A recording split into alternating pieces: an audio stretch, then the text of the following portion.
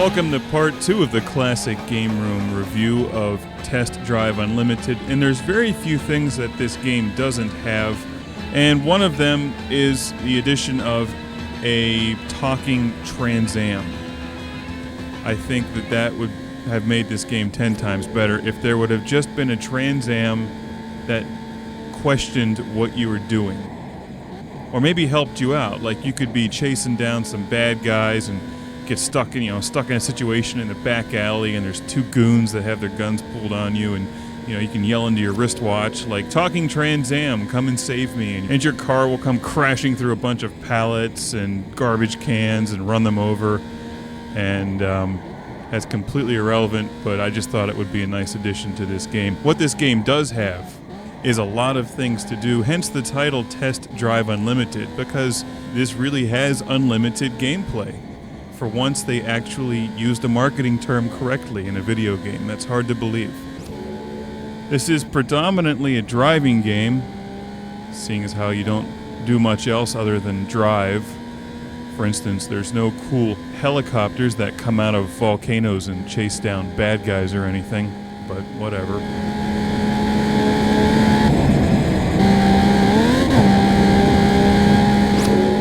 Is there any video game that Airwolf wouldn't improve? I can't think of any. Like, this is an excellent game. I love Test Drive Unlimited, but if this was Test Drive Unlimited plus Airwolf, it would be so much better. Airwolf would enhance the most mundane, nonsensical game that you can think of. Like, let's take Barbie's Magic Horse Adventures for the Sega Genesis. Like, somebody steals some prize-winning horses from Barbie. Barbie gets a hold of the, Jan Michael Vincent and Ernest Borgnine and Airwolf has to go and, fly through a whole bunch of canyons and do some loop-de-loops and blow a bunch of shit up and, save the horses. And the red things I drive under are checkpoints, and then the blue one is the final checkpoint. Yeah, that's actually somewhat relevant to this video game.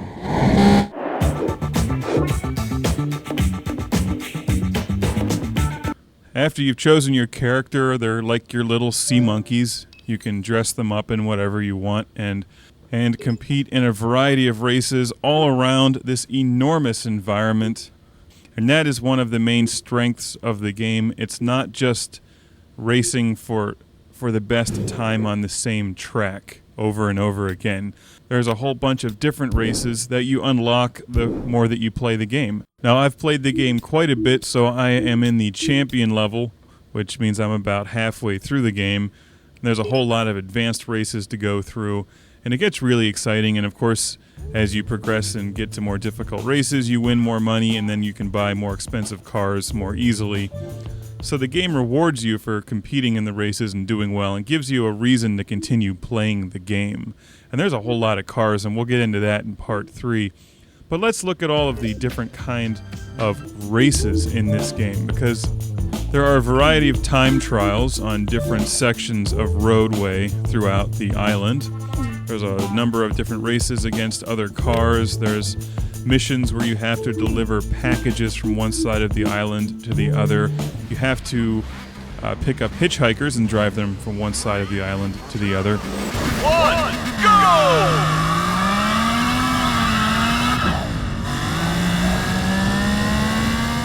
You buy those mansions and fancy apartments and keep your cars in them, yet you can't hang any framed posters of Airwolf on the wall.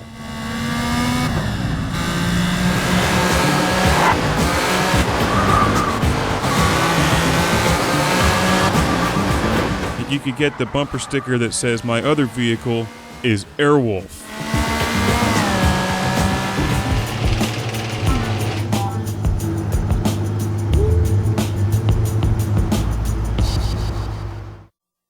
The great thing about Airwolf is that it was basically Knight Rider in helicopter form. It's like the producers of the show were just sitting around watching Knight Rider and Blue Thunder and thought to themselves, hey, let's just combine these two, sprinkle in a dash of the A-Team, and there you go.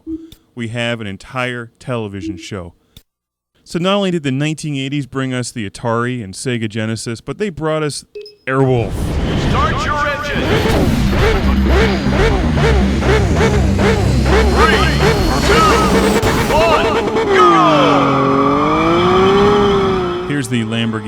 time attack race, or one of them that I'm driving in here. And if you look at the left side of the screen, you'll see a little green bar that says driving 100. And then the top right will show you all of the numbers as far as the time that I'm trying to get, which is 2 minutes and 50 seconds, and it shows you the time countdown and whatnot. But if we look back to the left, in this particular kind of race, I can't just run into everything to get from point A to point B. I have to actually drive and attempt to avoid things and avoid running off the road. Now you'll see here, I may have nicked a couple other cars, and I have a tendency just to plow right through stop signs and drive on people's yards.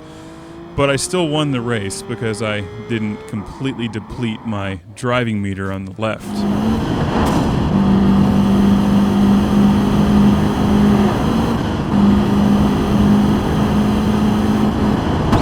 I tend to be a fairly reckless driver in video games. It's just one of those things because it's not real life. You can get away with it.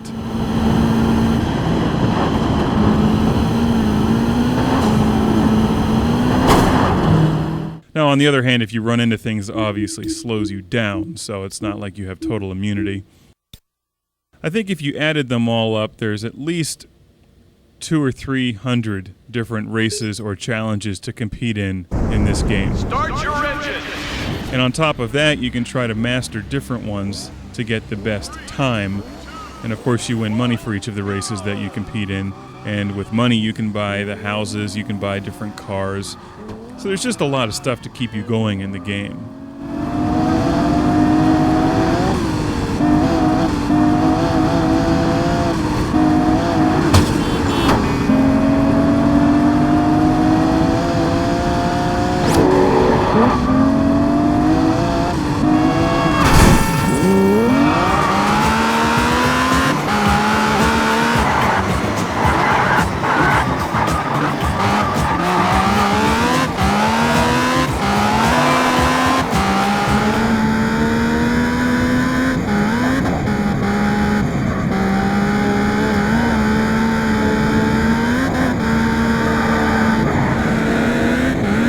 There's a couple creative modes of gameplay. We're looking at one right here where I have to reach a certain speed in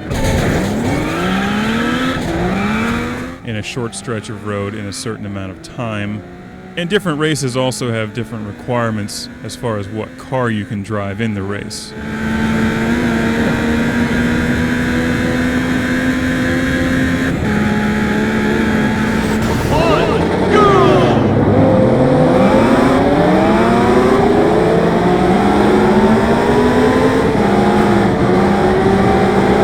Looking at a Class A race here, which is the fastest cars.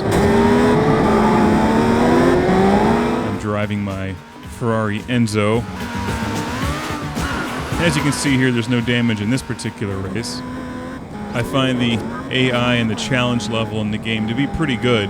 The AI isn't the greatest in the world, but the other cars do drive fairly quickly, and you sometimes have to have various techniques for getting them out of your way. My favorite technique is running them into phone poles.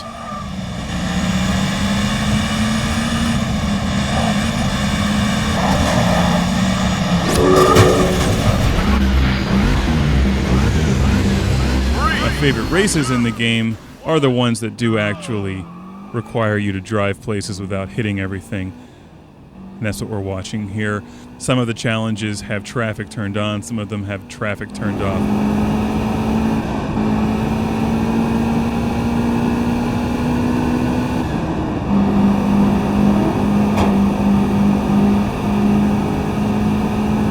I really enjoy weaving my way through traffic, and here's an example of one of the hitchhiker missions. And these are tough because these guys are a bunch of wimps and sissies, and they complain if you run into things and get out of your car. So in order to get credit for the mission, you have to actually drive somewhere without smashing into everything or driving off the road.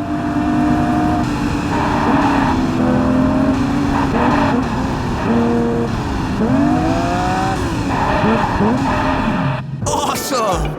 I'm like a whole week early. I think that they could have done a slightly better job on syncing the dialogue to the characters in the game, and we'll take a look at that here. Hi, would you mind giving me a ride a little ways? Smart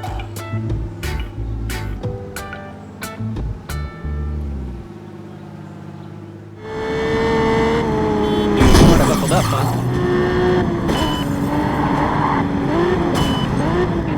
Hey, you know what? I'll walk from here. Get the out of my car.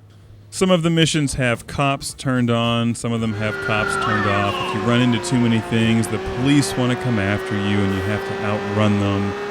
And it's not like Grand Theft Auto where you can steal the cop car and drive away in it. So you actually do have to try to outrun the police. And if they catch you and you're out of money, you get thrown in jail. And they let you out of jail in 30 seconds, so it's unclear exactly what your character does to get out of jail.